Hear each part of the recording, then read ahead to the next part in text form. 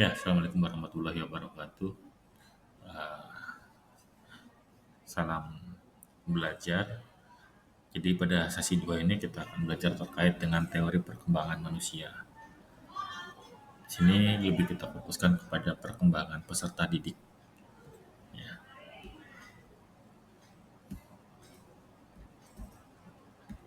Nah, tujuan dari kita mempelajari teori perkembangan manusia atau perkembangan peserta didik adalah nanti teman-teman diharapkan mampu menjelaskan pentingnya mempelajari perkembangan peserta didik. Kemudian teman-teman juga diharapkan mampu untuk menjelaskan persamaan dan perbedaan teori utama dalam perkembangan psikologi dari peserta didik. Ya, ini ada beberapa teori dasar perkembangan, yaitu yang pertama teori psikososial, kedua teori konstruktivisme, teori belajar sosial, dan empatnya sosiokultural, dan yang kelima adalah teori sistem ekologi. Nah, ini adalah teori dan tokohnya serta definisinya dari dasar perkembangan. Oke, teori psikososial ada tokohnya namanya Erik Erikson. Erik Erikson ini menjelaskan bahwa kerangka kerja yang menggambarkan perkembangan manusia melalui 8 tahap psikososial yang berbeda melibatkan tantangan dan konflik yang harus diatasi dalam setiap tahap untuk mencapai perkembangan yang sehat dan optimal. Jadi ada 8 tahap ya psikososial yang berbeda-beda yang berisikan tantangan dan konflik. Berbeda juga dengan teori konstruktivisme dari Piaget. Itu adalah perkembangan tentang kognitif anak. Jean Piaget ini adalah psikologi dari Swiss. Teori ini menekankan bahwa anak-anak aktif membangun pemahaman tentang dunia di sekitar mereka melalui interaksi mereka dengan lingkungan baik fisik dan sosial. Nah, cultural sekarang. Vygotsky. Oke, Vygotsky ini menekankan pada peran lingkungan sosial dan budaya dalam membentuk perkembangan kognitif dan psikososial suatu individu. Kemudian ada teori belajar sosial dari Bandura yang menerangkan bahwa kerangka konseptual itu menjelaskan bagaimana individu itu belajar melalui interaksi dengan lingkungan. Jadi sembari berinteraksi itu individu itu belajar ya dengan memperhatikan dan meniru perilaku orang lain. Teori belajar sosial ini memiliki nama lain teori pembelajaran observasional atau teori pembelajaran sosial kognitif. Dan yang terakhir adalah teori perkembangan ekologi. Tokohnya adalah Bronfman Brenner. Perkembangan ekologi ini menekankan antara pentingnya lingkungan sosial dengan konteks pengembangan individu. Bronfman Brenner ini menjelaskan bahwa manusia itu dipengaruhi berbagai sistem yang saling berinteraksi, mulai dari sistem yang konkret, paling dekat, sampai yang paling luas. Ini adalah teori perkembangan dari Erikson. Teori perkembangan Erikson itu menjelaskan teori psikososial. Jadi dimulai dari tahapan bayi 0 sampai 1 tahun, dilanjut balita awal 1 sampai 3 tahun, dan tahapan prasekolah 3 sampai 6 tahun. Oke, tahapan bayi 0 sampai 1 tahun adalah tahapan percaya dan tidak percaya. Di sini bayi mengembangkan rasa percaya atau tidak percaya terhadap dunia, sekaligus tergantung pada kualitas perawatan dan perhatian yang diberikan oleh orang tua atau pengasuh. Kemudian tahap balita awal, otonomi, rasa malu, dan rendah diri.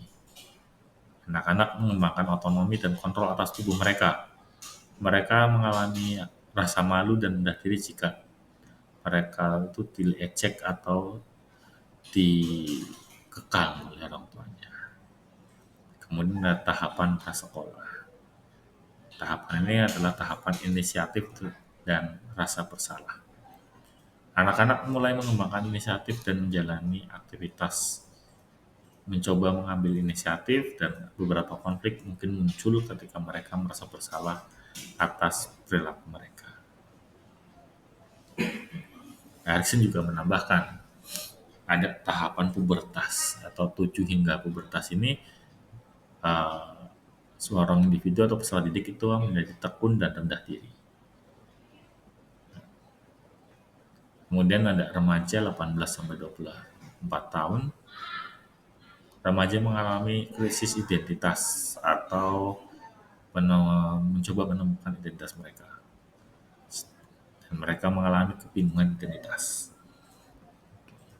Kemudian ada dewasa awal 25 sampai 39 tahun, yaitu tahapannya adalah tahapan merasakan keintiman dan keterkucilan.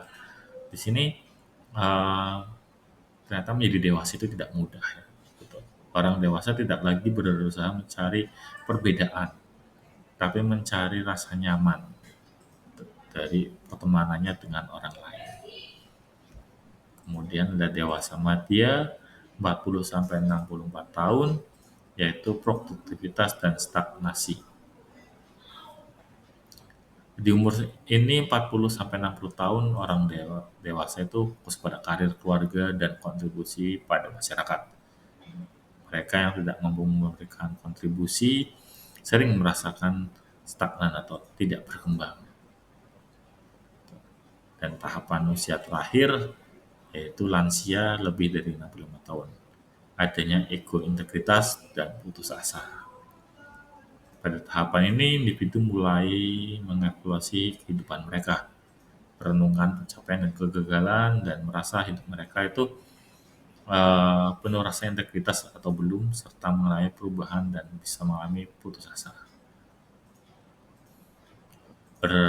Hampir sama dengan teori psikologi sosial yang dijelaskan di atas, ada tahapan perkembangan konstruktivisme yang dinamakan Piaget. Piaget itu usianya 0 sampai 2 tahun, itu sensori motor.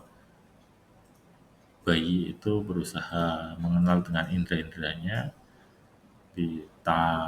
Kemudian tahapan berikutnya adalah 2 sampai 7 tahun, pra-operasional, mengenal simbol verbal, gambar. Kemudian 7 sampai 11 tahun, tahapan konkret operasional. 11 tahun ke atas, operasional kurma.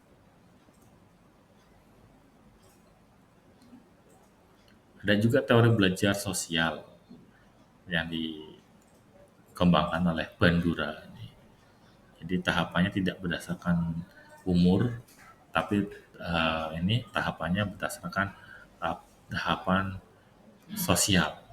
Pertama ada perhatian, terus dilanjut dengan level di atasnya ada pemrosesan kognitif dan reproduktif serta motivasi. Oke. Di sini teman-teman nanti bisa membaca lebih lengkap karena sepertinya di sini itu hanya terkait dengan penjelasan awalnya saja atau yang masih di permukaan. Bandura juga menjelaskan adanya penguatan atau reinforcement, identifikasi, dan penyesuaian diri. Tahapan ini belajar sosial di Bandura bisa berbeda-beda. Tidak didasarkan umur, tapi berdasarkan dari sosial masyarakat yang memengaruhinya. Ya. Jadi teori perkembangan individu ini banyak sekali macamnya. Teman-teman bisa belajar lebih lanjut di modul. Kalau ada pertanyaan atau ada apa bisa ditanyakan melalui diskusi. Kalau bisa lebih lanjut diskusi mungkin agak slow respon bisa melalui forum chat. Terima kasih dan assalamualaikum warahmatullahi wabarakatuh.